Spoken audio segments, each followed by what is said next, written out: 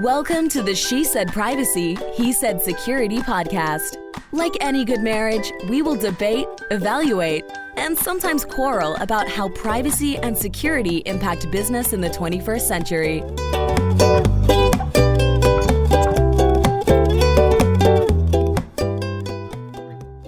Hi, Jody Daniels here. I'm the founder and CEO of Clover Advisors, a certified women's privacy consultancy. I'm a privacy consultant and a certified informational privacy professional, and I help provide practical privacy advice to overwhelmed companies. Hi, Justin Daniels here. I am passionate about helping companies solve complex cyber and privacy challenges during the life cycle of their business. I do that through identifying the problem and coming up with practical solutions. I am a cybersecurity and business attorney.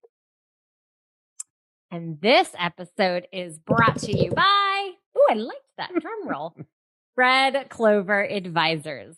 We help companies to comply with data privacy laws and establish customer trust so that they can grow and nurture integrity.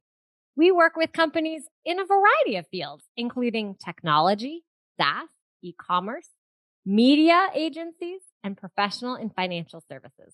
In short, we use data privacy to transform the way companies do business. Together, we're creating a future where there's greater trust between companies and consumers. To learn more, visit redcloveradvisors.com. And today, I am so excited. Our dog Basil would also like to join the podcast. But today, I'm so excited for my longtime friend, Sabrina Serafin, to join us on the show. So Sabrina, welcome. Hello, good to be here. So Sabrina is a partner with Frazier Deeter and the national practice leader for the firm's process, risk, and governance practice. She is a frequent speaker at local and national events about topics like cybersecurity, data privacy, and internal controls. She is also the host of the Culture of Compliance podcast. So I encourage all our listeners to go check it out. Well, Sabrina, welcome to the show. Thank you for having me. I'm so excited to be here. Absolutely. So to get us started, tell us how you started in your career and tell us a little bit more about what you're doing now at Frazier Deeter.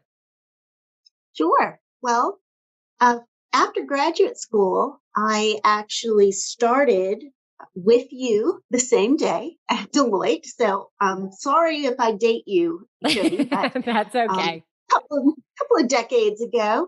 And I really gained a passion for what controls can do for an organization, meaning coming in and auditing an organization has a connotation to it. And I would have to admit it's somewhat negative.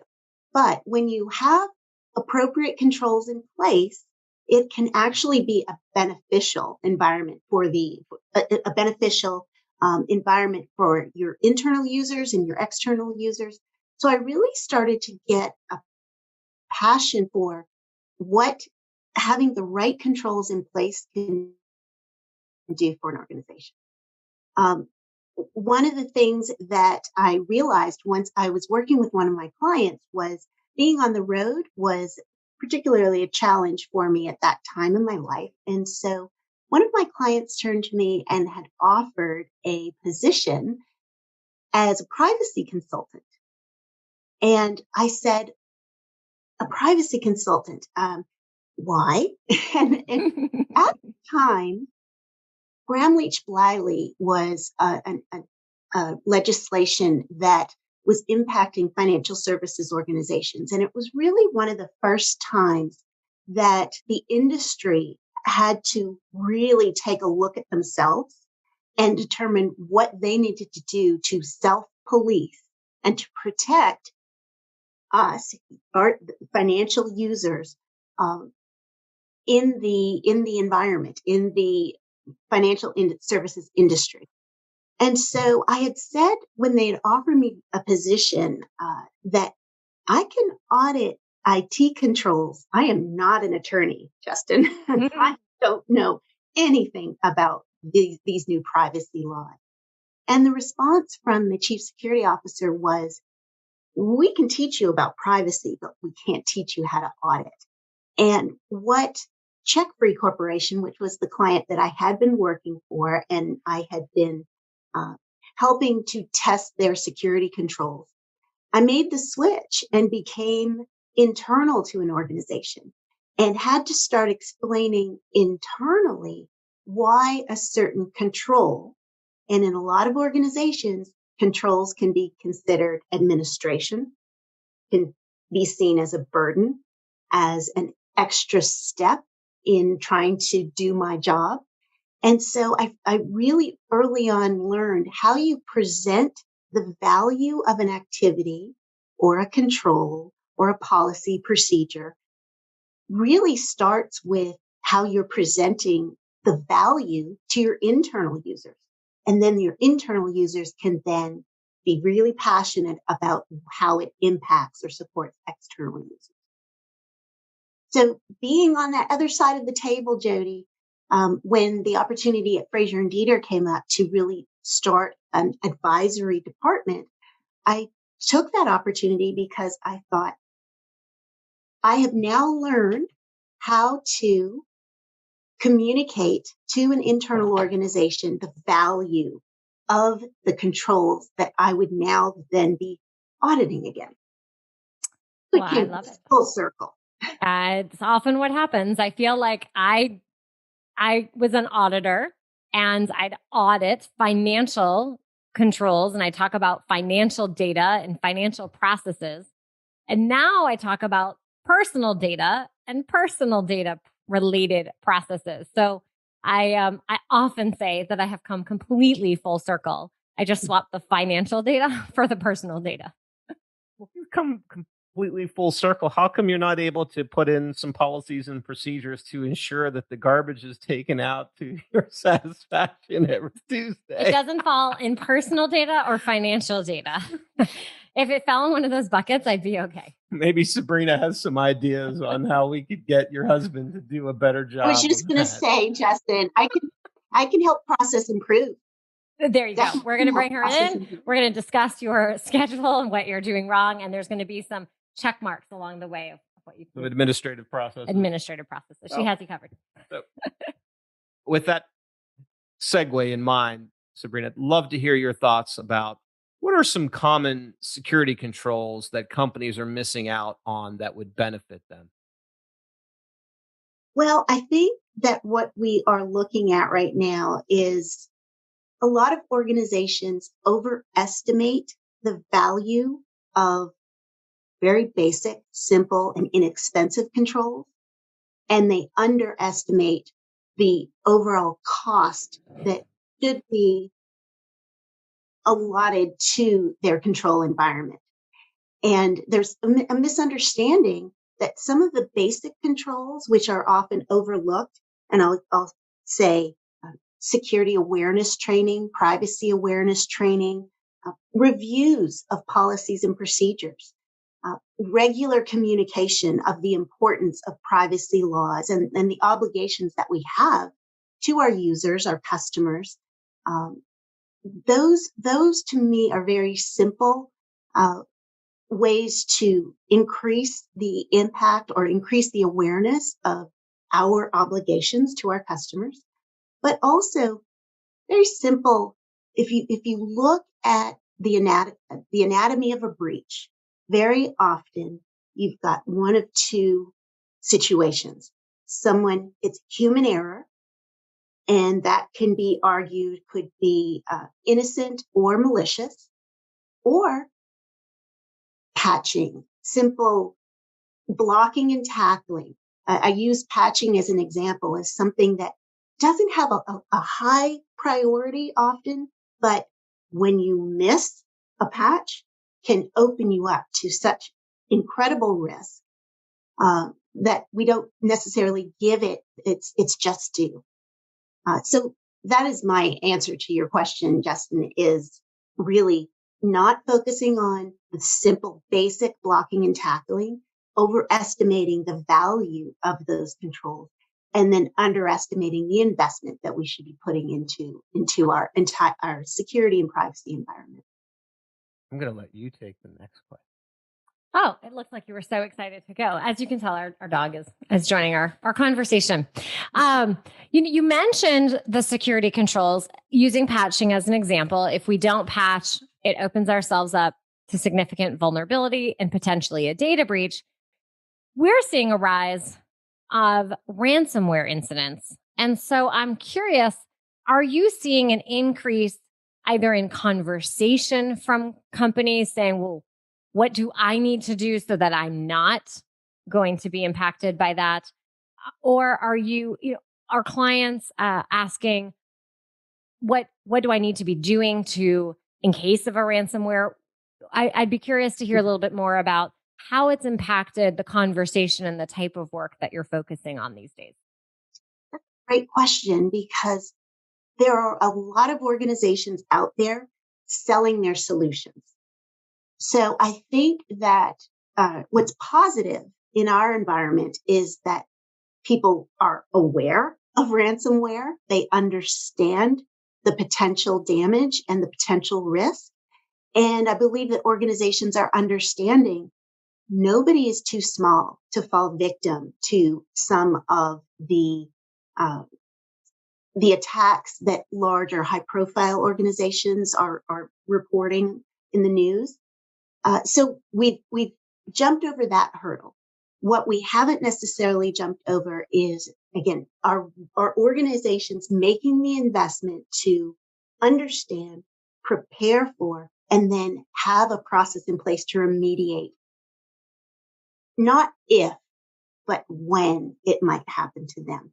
That's where we're still trying to make organizations aware that it's not if, it's when. And so we have to be prepared for all potential breaches, regardless of the size of the organization or the content of the data that they maintain.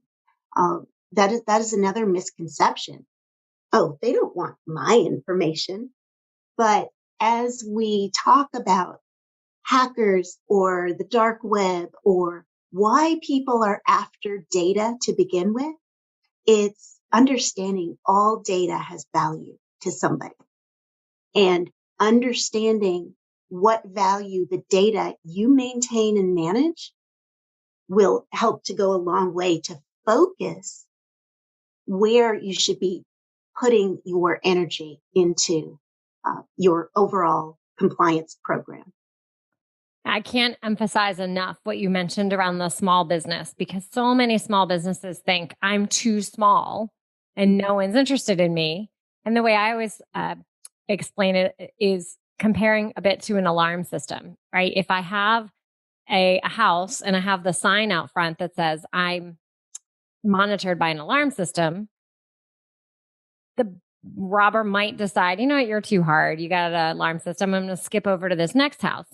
Not everyone, but a lot of them are going to skip over. And for a smaller company, they're more known to not have as much going on, right? They're not doing as much to protect themselves. So it's kind of like the house without the alarm system. And it's, sure, just come on in. Let's check it out. And so they're certainly tend to be more vulnerable to ransomware and other type incidents. And I'm going to actually go back to an example that I was making earlier. After a break-in in a house we were renovating with an alarm system, the local police said, quite honestly, a dog is much better than an alarm system. We see a lower instance of break-ins with homes that have dogs. So it's looking at your environment. Not everybody can accommodate a dog, but dog versus alarm system, there may be a lot of families who might say, yes, I prefer to have a dog and prefer to rely on the security of my home to something that I would enjoy. And it's just finding the right solution for the organization that you're in or the environment that you're in that takes just a little extra time to evaluate the risk and what makes sense for you. That makes perfect sense. I think I have a business idea, because if people don't want to have the dog, if you ring the doorbell or you come within a vicinity of the house, all of a sudden something triggers in your house and a A digital dog would start barking. We could like patent Basil's bark. They have some of those Right. digital dog barking things. I mean, if we have deep fake, we can have the digital dog. It shouldn't be a problem. Sure. Maybe Okay. not. I think we'll stick with real dogs. Fair enough. Back to our regular scheduled program. I know where I stand. You seem so excited. I just think the next topic, I think it's funny, ironic if I ask the question. So, Sabrina, so talk to us a little bit about how GDPR and CCPA and the changing privacy landscape and regulations are impacting your clients. It was so much fun to hear you talk about privacy. It's good to mix it up, Huh? outside. Let's mix it up. Well, it's not like I don't encounter that in my daily But I work. always do the privacy chatter. Well, it's funny that the attorney asked that question, because I will say that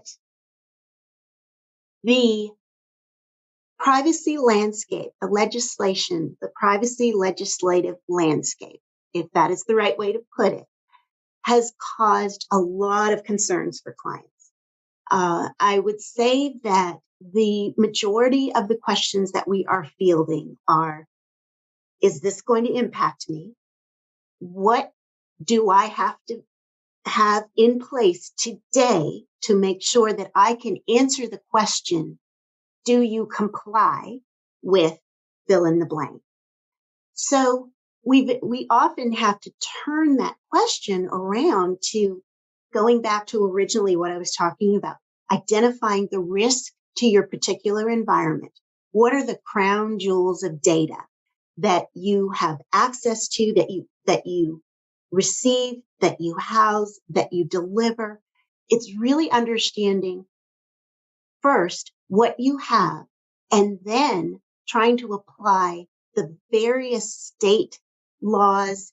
GDPR obviously was a large umbrella that many organizations could look at and say, oh, I don't have any business with anybody in the UK, so this doesn't apply to me. And really, we spent a lot of the time talking to organizations, making them aware that that is a precursor. What we're seeing, the concerns around privacy that we're seeing out of the EU, are concerns that are going to become concerns here in the US. We see it. We see it. It starts in the UK, or it starts in Europe. We see it in Canada, and the US is often not early adopters of private legislation. If you giggled, so I imagine you agree with me.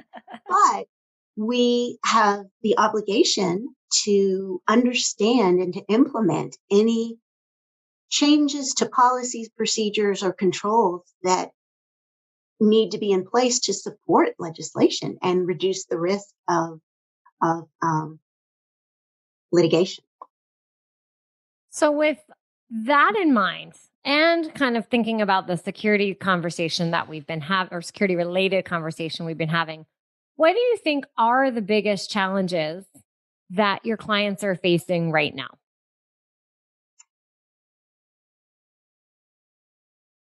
To narrow it down, a lot of clients don't know what they don't know.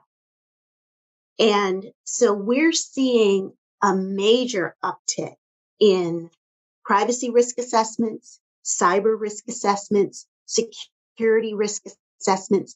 And I use the terminology interchangeably, because often when they're coming to us as an advisory firm, they don't necessarily know what they're looking for. They just know they don't want to be wrong. And so by doing a risk assessment, that allows us to have an open-ended conversation to understand, first of all, what are your customers? What are your clients? What are your users expecting from you? Let's start. That's table stakes. That's baseline. What are in your contractual obligations?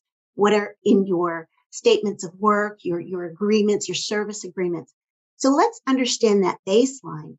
And then before we start incorporating other potential risks, let's identify, are there particular frameworks, whether they're security or privacy frameworks, that we could align the organization with, that would address the highest number of potential risks and controls in the environment.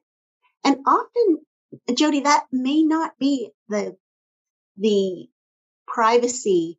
It may not be a privacy framework or the generally accepted privacy principles. We may take it outside of that and look at the NIST framework or look at a different framework that provides a little more value than are we checking the box.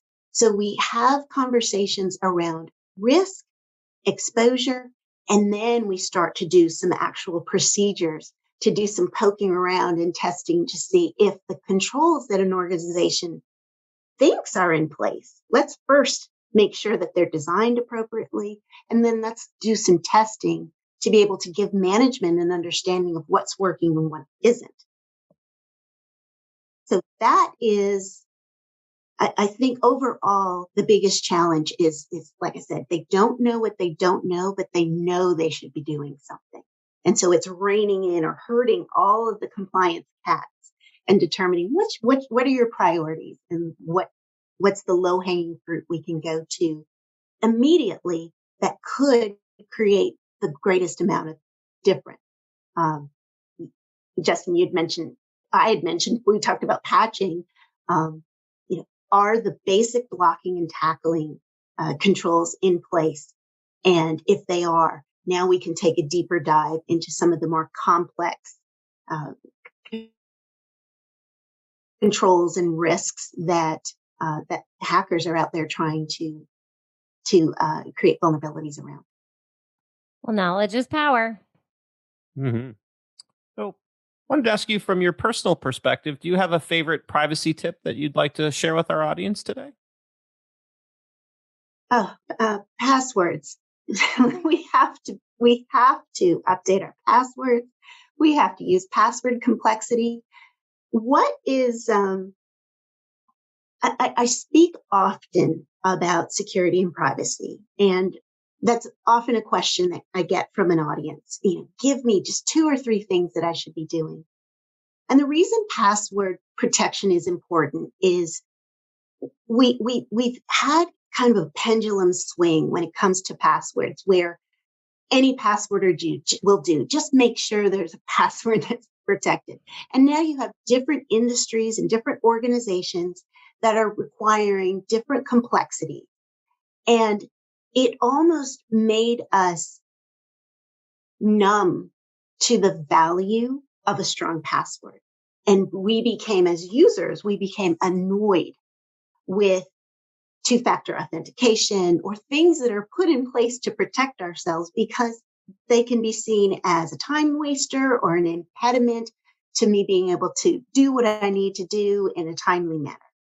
So understanding if we develop our own personal password policy management process, whether it's for a household that you're then teaching your family good password health, really taking it to a next level and saying, rather than trying to add complexity to my dog's name, add a number and a special character, why don't we create a phrase using special characters, numbers, and letters and capitalization that works consistently? So when I'm making those password changes or making those updates, it's less administrative. Using software is another way, or any kind of process. I'm not encouraging anybody to go and spend money, but develop some kind of a process that helps make people aware of how important passwords are, not sharing passwords. And also, if we would take it to the next step, understanding when something is possibly wrong. When you receive that message that has a link to click on it, when you receive a request that seems urgent but is somewhat misplaced, just having that awareness of there's always someone trying to get to what you have, and what is my personal responsibility for protecting that from happening. That's what I'd like people to walk away from. You You found Justin's heart there with your password phrase. I feel like it's what I hear all day long. Yeah. So, Sabrina, when you are not talking about privacy and security, what do you like to do for fun? Well, I grew up in Canada, so living in the South, I like to do things that are outside in warm weather. I don't like being out in the cold, so I really appreciate I appreciate gardening.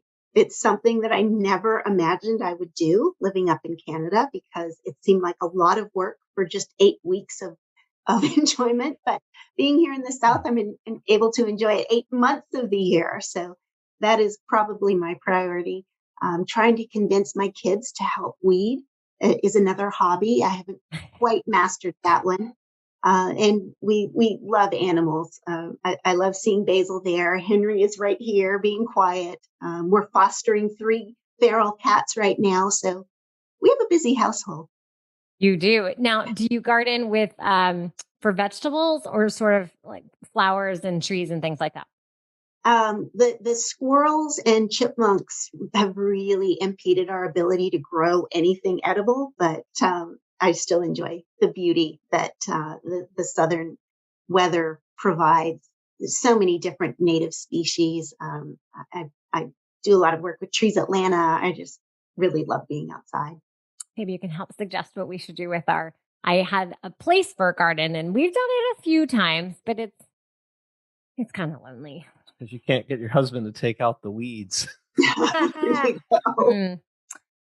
Sabrina, thank you so much for sharing so many important insights on really how companies can take a control and make it not an impediment, not a one more thing, but truly to help move the company forward from an operational point of view and also obviously to help protect itself and comply with privacy laws. So if people would like to connect with you, where best to find you? You can go to our website at frazierdeeter.com and there is a link to my bio and they can email me directly. It's great to have you. Well, thank you I'm always willing to talk about privacy and security. I appreciate you inviting me. Thanks. Absolutely. Thank you. Thanks for listening to the She Said Privacy, He Said Security podcast. If you haven't already, be sure to click subscribe to get future episodes and check us out on LinkedIn. See you next time.